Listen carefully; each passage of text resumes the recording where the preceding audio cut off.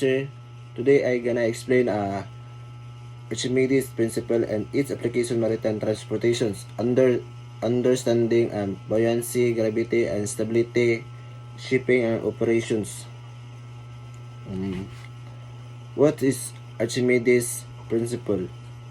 An object submerged in a fluid experiences an upward buoyant force and equal to the weight of the displaced fluid.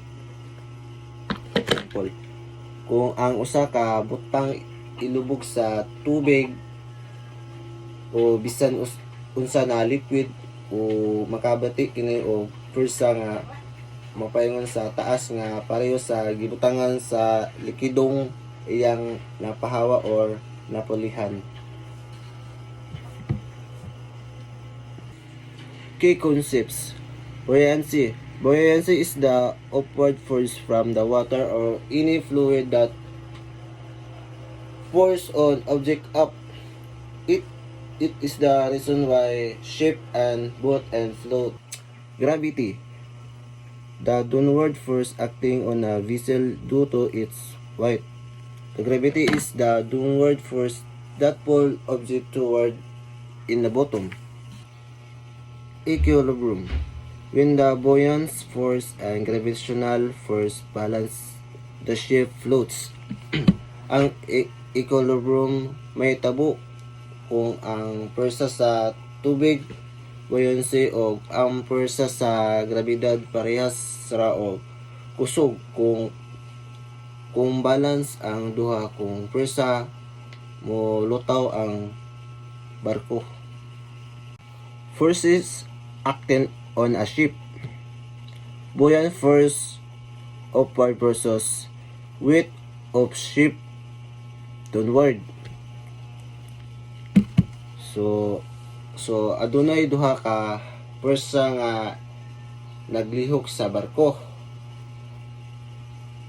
Ang buoyant force upward gitulod sa tubig ang barko pataas.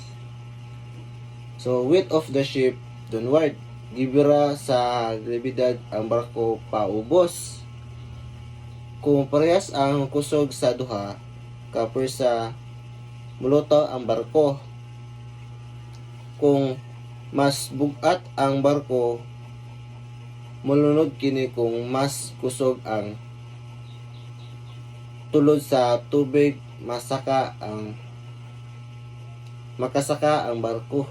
Displacement and draft calculations.